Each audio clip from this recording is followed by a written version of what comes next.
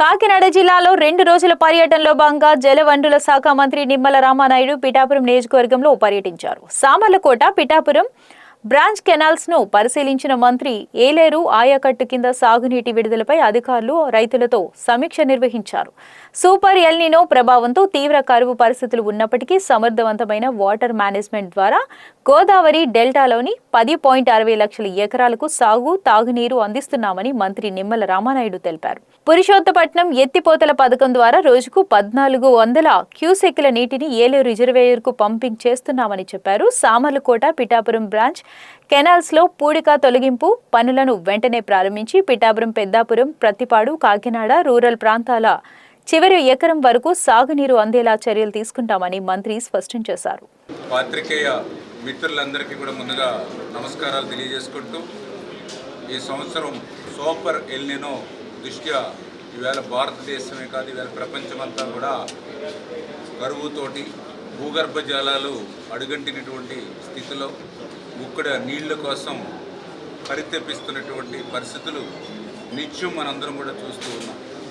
అటువంటి స్థితిలో ఈరోజు పర్టికులర్గా తెలుగుదేశం, జనసేన, బీజేపీ కూటమి ప్రభుత్వం యొక్క ముందు చూపుతోటి వాటర్ మేనేజ్మెంట్ ద్వారా గోదావరి డెల్టాకు సంబంధించి 10,60,000 ఎకరాలకి కూడా ఈరోజు సాగునీరు, త్రాగునీరు కూడా గోదావరి డెల్టాకి ఈరోజు అందజేస్తూ ఉన్నాం.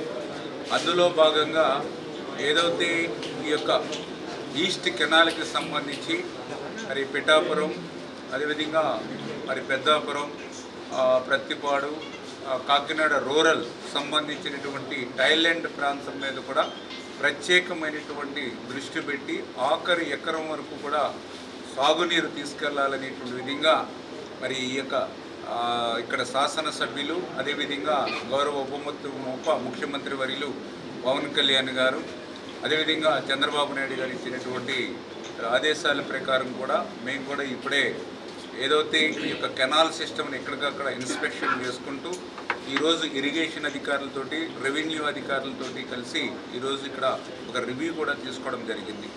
అందులో భాగంగానే ఏదైతే ఈ యొక్క మెయిన్గా ఈ యొక్క ఈస్టర్న్ కెనాల్ నుంచి నీరు ఈ ప్రాంతానికి వచ్చేటువంటి సామర్లకోట 48 కిలోమీటర్ల కెనాల్ ఏదైతే ఉందో దాన్ని పూర్తిగా ₹10 ఖర్చు ఎక్కువైనా పర్లేదు ప్రక్షాళన చేయమని చెప్పేసి ఒక ఆదేశాలు ఇవ్వడం జరిగింది. ఆ యొక్క సామర్లకోట కెనాల్ దగ్గర నుంచి PBC Pithapuram branch canal up to 35 kilometres వరకు ఏదైతే ఉందో ఈ 35 కిలోమీటర్లు కూడా అక్కడ అవసరాన్ని బట్టి వీడ్ రిమూవల్, అదేవిధంగా డీసిల్టింగ్ అవసరమైన చోట్ల, కొన్ని చోట్ల కర్రనాచు ఉందని చెప్పడం జరిగింది. వీటన్నిటినీ కూడా రిమూవ్ చేయండి, ఇమ్మీడియట్లీ ఎస్టిమేషన్లు వేసుకోండి, విత్ ఇన్ 3 డేస్లో ఎస్టిమేషన్లు వేసుకుని అది అడ్మినిస్ట్రేషన్ శాంక్షన్కి పంపించండి. ఈ లోపలనే మేము ఆర్డర్స్ ఇచ్చి ముందు పని మొదలు పెట్టించి తర్వాత అవసరమైతే క్యాబినెట్లో అయినా రాటిఫికేషన్ చేసుకుంటాం, కానీ పనులు మాత్రం నిలపడానికి అవకాశం లేదు, ఖచ్చితంగా ఇమ్మీడియట్లీ స్టార్ట్ చేయమని చెప్పేసి కూడా ఈ పీబీసీ కెనాల్ అంతా కూడా చేయడం జరిగింది. అంటే ఈ రకంగా ఏదైతే ఈ పీబీసీ కెనాలు, అదేవిధంగా పైన ఉన్నటువంటి ఈస్టర్న్ కెనాల్ ఇచ్చేటువంటి కెనాల్ ఈ రెండు కూడా ప్రక్షాళన చేసుకోవడం ద్వారా దగ్గర 32,000 ఎకరాలు ఏదైతే ఈ పీబీసీ కెనాల్ ద్వారా వచ్చినటువంటి అంతటినీ కూడా నీరిచ్చేటువంటి విధంగా ఒక ప్రణాళిక మేము ఈరోజు వేసుకోవడం జరిగిందని చెప్పి తెలియజేసుకుంటూ, ఇందులో భాగంగానే కొన్ని డ్రైన్స్ కూడా ఉన్నాయి. పిఠాపురం వైపు వెళ్ళేటువంటి డ్రైన్స్, అదేవిధంగా సామర్లకోట వైపేటువంటి డ్రైన్స్, అవి కూడా పూర్తిగా గతంలో ఎప్పుడూ కూడా వైండ్ వర్క్స్ పెట్టలేదని చెప్పారు. కానీ ఈ సంవత్సరం ఉన్నటువంటి ప్రత్యేకమైన పరిస్థితుల దృష్ట్యా ఆ డ్రైన్స్ని కూడా వైండ్ పెట్టి ప్రక్షాళన చేయండి అని చెప్పేసి కూడా ఆదేశాలు ఇవ్వడం జరిగింది.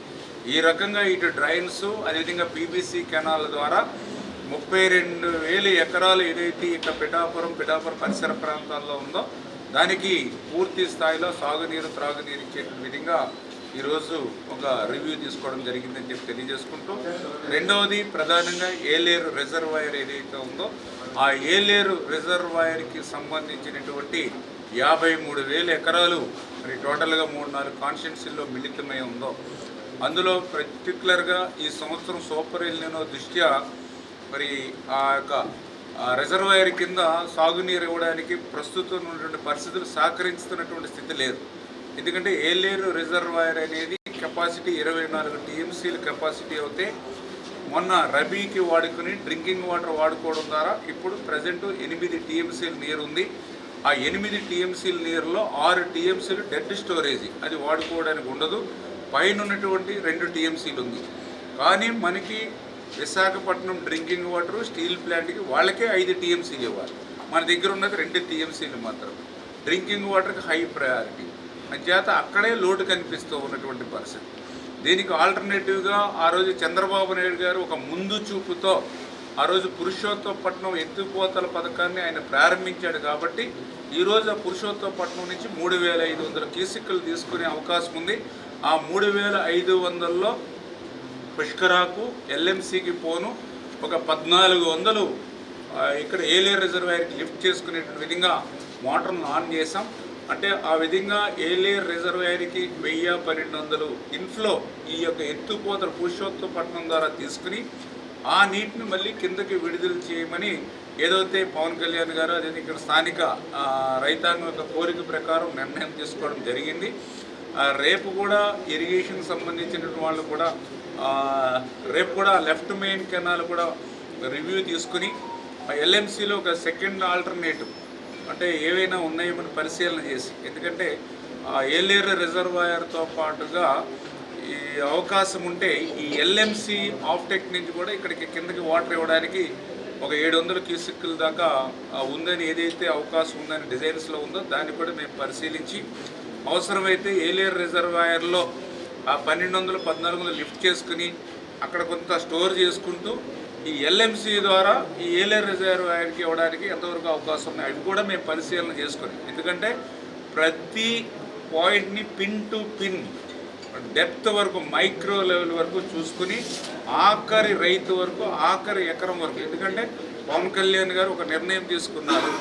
ఆయన తీసుకునేటువంటి నిర్ణయాన్ని చంద్రబాబు నాయుడు గారు సమర్థించి మాకు ఒక ఆదేశాలు ఇచ్చారు. కాబట్టి ఈ రకంగా 10 రూపాయలు ఖర్చు అయినా మాకు కష్టమైన ఇబ్బంది అయినా సరే వాళ్ళు ఇచ్చినటువంటి ఆదేశాలని 100కి 100% అమలు చేసేటువంటి విధంగా ఏ రకంగా మేము వాటర్ని తీసుకురావాలి అన్ని రకాలు కూడా మేము ప్రయత్నం చేస్తాము. అందుచేత ఏలేరు రిజర్వాయర్ నుంచి కూడా పూర్తి స్థాయిలో వాటర్ ఇవ్వాలని అంటే అక్కడ గోదావరిలో ఇన్ఫ్లో ఉండాలి.